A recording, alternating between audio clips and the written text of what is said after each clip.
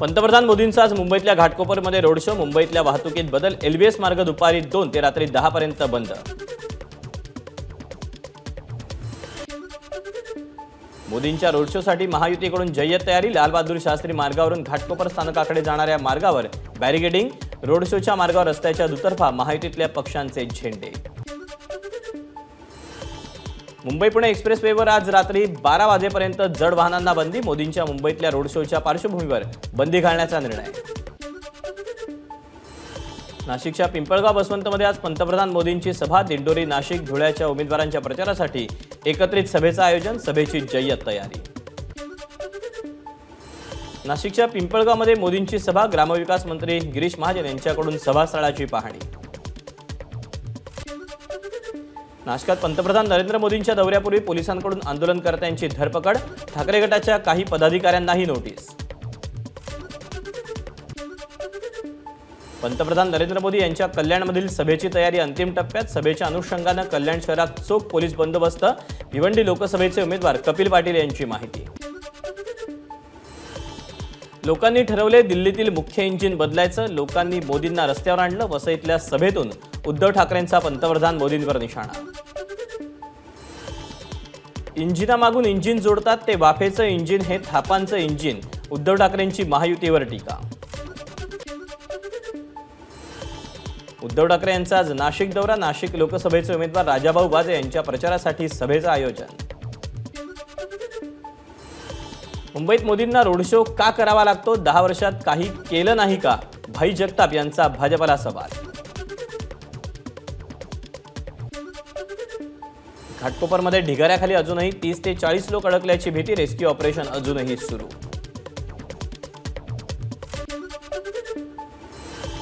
घाटकोपर दुर्घटनेतील आरोपी भावेश भिंडे कुटुंबासह फरार। पोलिसांकडून शोध सुरू। घाटकोपरमध्ये अनधिकृत होर्डिंग्स लावलेल्या कंपनीला महापालिकेकडून 3 नोटिसा देण्यात आल्या होत्या। एन विभागानं 2022 2 मे त्याचप्रमाणे 13 मे 2024 रोजी नोटीस दिली असल्याची माहिती। प्रकाश आंबेडकरांची घाटकोपर होर्डिंग दुर्घटना स्थळाला भेट। पीडित कुटुंबियांशी देखील संवाद। दोषींवर कडक कायदेशीर कारवाई करण्याची मागणी। केंद्रीय मंत्री रामदास आठवलेंकडून घाटकोपर दुर्घटना स्थळाची पाहणी। अधिकाऱ्यांकडून जाणून घेतली रेस्क्यू ऑपरेशनची माहिती। कल्याण डोंबिवली महापालिका हद्दीत 90% अनधिकृत होर्डिंग्स। मनपा अधिकारी होर्डिंगचे निकष पाळत नसून ते एसी केबिनमध्ये बसून राहतात। शिवसेना शहर प्रमुख रवी पाटील यांचा आरोप। घाटकोपर दुर्घटनेनंतर पुणे पालिका अलर्टवर। पुणे शहरातील 1564 अनधिकृत होर्डिंग्सवर महापालिकेची कारवाई। अनधिकृत होर्डिंग्स असल्यास गुन्हा दाखल करण्याचे पालिका आयुक्तांचे आदेश।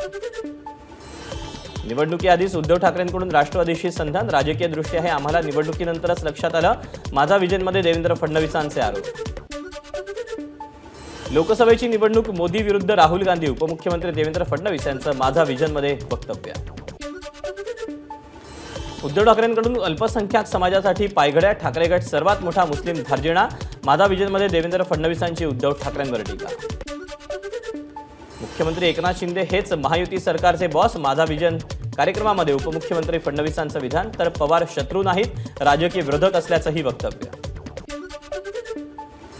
भविष्यही नाही, अस्तित्वही नाही हे अजित पवारांना जाणवलं, त्यामुळे अजित पवारांनी शरद पवारांची साथ सोडली। उपमुख्यमंत्री फडणवीसांचं वक्तव्य। राष्ट्रवादी काँग्रेस कोणत्याही पक्षात विलीन होणार नाही। जयंत पाटील यांचं एबीपी माझाच्या कार्यक्रमात स्पष्टीकरण। सांगलीत भाजपचा पराभव होणार, जयंत पाटील यांचा दावा। बारामतीत मवियाचा 100% विजय होणार, जयंत पाटलांकडून विश्वास व्यक्त। राज्यातले धंदे गुजरातला जात आहेत, आदित्य ठाकरेंचा आरोप। तर आम्ही दोस्तीत धोका दिला नाही, भाजपवर आदित्य ठाकरेंचा माझा विजनमध्ये पलटवार। गुजरातला अनेक गोष्टी चालल्या, त्यासाठीच मनसेनं भाजपला बिनशर्त पाठिंबा दिला का? आदित्य ठाकरेंचा माझा विजन कार्यक्रमातून मनसेला सवाल। अशोक चव्हाणांवर आरोप झालेला आदर्श घोटाळा आणि अजित पवारांवर आरोप झालेला सिंचन घोटाळा झाला की नाही ते भाजपनं सांगावं। माझा महाराष्ट्र माझा विजन कार्यक्रमामध्ये आदित्य ठाकरेंचं मत। 4 जूनला इंडिया आघाडीचं सरकार केंद्रात येणार, माझा विजन कार्यक्रमामध्ये आदित्य ठाकरेंचा दावा। 4 जूनच्या निकालानंतर भाजप पक्ष सत्तेत दिसणार नाही. राज्यात मवियाचे 35 पेक्षा जास्त खासदार निवडून येतील. दिंडोरीच्या पेठ इथल्या सभेतून रोहित पवारांचा दावा. मीरा रोडमध्ये उपमुख्यमंत्री देवेंद्र फडणवीस यांची सभा. महायुतीचे ठाण्याचे उमेदवार नरेश म्हस्के यांच्या प्रचारानिमित्त सभेचं आयोजन.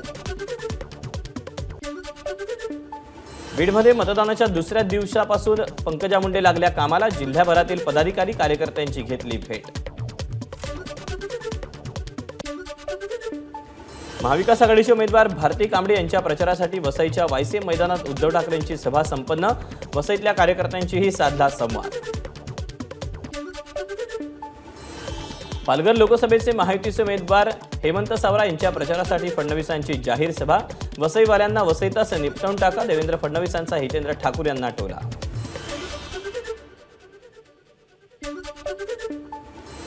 बेडूक कितीही फुगला तरी तो बैल होत नसतो. तुम्ही फक्त मोदींच्या नावावर मत मागता, मग इथले उमेदवार फक्त बोट वर करण्यासाठीच हवे आहेत का? फडणवीसांच्या टीकेला हितेंद्र ठाकूरांचं प्रत्युत्तर. एकनाथ शिंदे आणि ठाकरे गटात समझोता झाला. निवडणुकीनंतर एकत्र आले तर आश्चर्य मानू नका, प्रकाश आंबेडकरांची उद्धव ठाकरेंवर टीका. नाशिक लोकसभेची जागा आपल्यासाठी प्रतिष्ठेची. धुळ्यातील महायुतीच्या नियोजन बैठकीत मंत्री दादा भुसेंचं वक्तव्य. दिंडोरीत होणाऱ्या मोदींच्या सभेकडे कांदा प्रश्नाकडे मोदींचं लक्ष वेधणार. भुजबळांची प्रतिक्रिया. कांद्यावर कायमस्वरूपी तोडगा काढण्यास सांगणार असल्याचंही भुजबळांचं मत. रवींद्र वायकर यांचा बालेकिल्ला असलेल्या जोगेश्वरी पूर्व भागात ठाकरे गटाचं शक्ती प्रदर्शन. अमोल कीर्तीकरांच्या प्रचारासाठी भव्य रोड शोचं आयोजन. बेळगावच्या चिकोडी इथे काँग्रेस आणि भाजप समर्थकांमध्ये हाणामारी. कोणाचा उमेदवार निवडून येणार यावरून घटना घडली.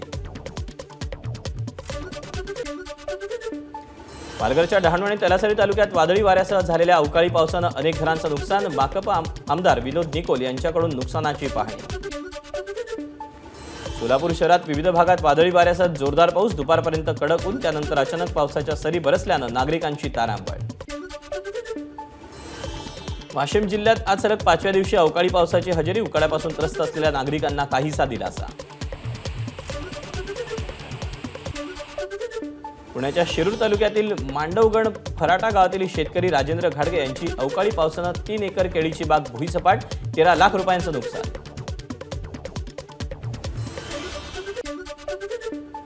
पुण्याच्या खेड तालुक्यात पश्चिमी भागात वादळी वाऱ्यासह पावसानं शेतीचं मोठ्या प्रमाणात नुकसान. पॉलीहाऊसचे 3 शेड उद्ध्वस्त झाल्यानं शेतकऱ्यांचं लाखो रुपयांचं नुकसान. परभणीत वादळी वारे, विजांच्या कडकडाटासह जोरदार पाऊस. अर्ध्या तासाच्या पावसानं अनेक ठिकाणी रस्त्यावर पाणी.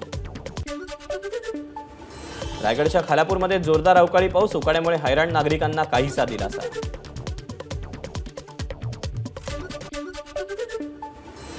वाशिम शहर आणि ग्रामीण भागात जोरदार अवकाळी पावसाच्या सरी. उकाड्यानं हैराण झालेल्या नागरिकांना दिलासा.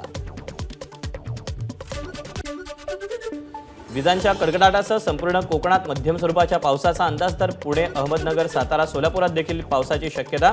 मुंबई प्रादेशिक हवामान केंद्राची माहिती. मुंबईसह उपनगरात पुढील 24 तासासाठी उष्णतेच्या लाटेचा अंदाज. तर मेघगर्जनेसह हलक्या ते मध्यम स्वरूपाच्या पाऊस पडण्याचीही शक्यता.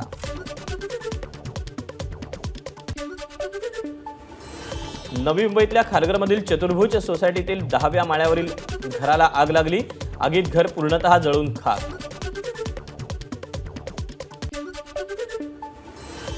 सलमान खान गोळीबार प्रकरणात गँगस्टर रोहित गोदारा यालाही मुंबई शाखेनं आरोपी बनवलं. आतापर्यंत या प्रकरणात 6 आरोपी अटकेत. छत्तीसगडमध्ये नक्षल चळवळीला मोठा झटका. बिजापूरमध्ये नक्षल संघटनेतून तब्बल 30 नक्षलवाद्यांचं समर्पण. आत्मसमर्पण करणाऱ्या 9 नक्षलवाद्यांवर एकूण 39 लाख रुपयांचं बक्षीस होतं. गोंदियाच्या सडक अर्जुनी नगरपंचायतच्या नगराध्यक्षांसह नायब तहसीलदार आणि अन्य 4 जण एसीबीच्या जाळ्यात. 1,82,000 रुपयांची लाच घेताना रंगेहात अटक. भंडाऱ्याच्या तुमसर तालुक्यात मासेमारीसाठी गेलेल्या तरुणाचा धरणात बुडून मृत्यू. तुमसर तालुक्यातल्या सोंड्या धरणातली घटना. रायगडच्या धावरी नदीत बुडून 2 चिमुरड्यांचा मृत्यू. अंघोळ करण्याच्या बहाण्यानं पाण्यात उडी मारली असता खोल पाण्याचा अंदाज न आल्यानं मृत्यू झाल्याची घटना. रस्त्यात पडलेल्या खड्ड्यांसाठी भंडाऱ्यात अजय मेश्राम यांचं गांधीगिरी आंदोलन. राष्ट्रवादी काँग्रेस पदाधिकाऱ्यांच्या आंदोलनानं शहरवासियांचं लक्ष वेधलं. राज्यात शिक्षक पदवीधर निवडणुका पुढे ढकलल्या. केंद्रीय निवडणूक आयोगाची माहिती. शिक्षक संघटनांच्या मागणीनंतर केंद्रीय निवडणूक आयोगाचा निर्णय. गोंदिया नगर परिषदेचे मुख्याधिकारी मुख्यालयात हजर राहत नसल्याचा आरोप करत शिवसेनेकडून निषेध. शिवसेनेकडून नगर परिषद परिसरात लावण्यात आले मुख्याधिकारी लापताचे बॅनर. बांधकामांची गुणवत्ता सुधारावी यासाठी महारेराचा पुढाकार. बांधकामांबाबत गुणवत्ता हमी म्हणून सादर करावयाच्या स्वयंघोषणापत्रात नमूद करायचे मुद्दे महारेराकडून संकेतस्थळावर प्रसिद्ध. पुणे शहरात तुर्तास पाणी कपात नाही. महापालिका आयुक्त राजेंद्र भोसले यांचं स्पष्टीकरण. तर शहरात सध्या 1400 टँकरनं पाणी पुरवठा सुरू असल्याची माहिती. पंढरपूरच्या उजनी धरणाची अवस्था भीषण. धरणातील पाणीसाठा -50%कडे. पाण्याखाली दडलेल्या पुरातन मंदिर आणि वास्तूंचे अवशेष उघड्यावर. चिपळूण नगर परिषदेतर्फे आपत्ती व्यवस्थापन प्रशिक्षण शिबिरात प्रत्यक्ष पाण्यामध्ये बुडणाऱ्याला वाचवण्याचे धडे. अंजनगाव चोरीच्या जितेंद्रनाथ महाराजांना पितृशोक. अमरावतीमध्ये जितेंद्र महाराजांचे वडील दत्तात्रय लोमटे यांचं वृद्धापकाळानं निधन. ते 100 वर्षांचे होते. आंध्र प्रदेशचे माजी मुख्यमंत्री चंद्राबाबू नायडू यांचा फौजदारी अर्ज औरंगाबाद खंडपीठानं फेटाळला. नांदेडमधील बाभळी बंधारा आंदोलनाप्रकरणी दिलासा नाहीच. आज पश्चिम बंगाल आणि ओडिशामध्ये केंद्रीय गृहमंत्री अमित शहा करणार प्रचार. तर बिहार, बंगाल आणि ओडिशामध्ये देखील जेपी नड्डा यांच्या प्रचार सभा. राजस्थानच्या झुंझुनूमध्ये हिंदुस्थान कॉपरच्या खाणीत लिफ्ट कोसळली. 14 जण अडकले. बचाव कार्य सुरू असल्याची माहिती. एबीपी माझा, उघडा डोळे बघा नीट.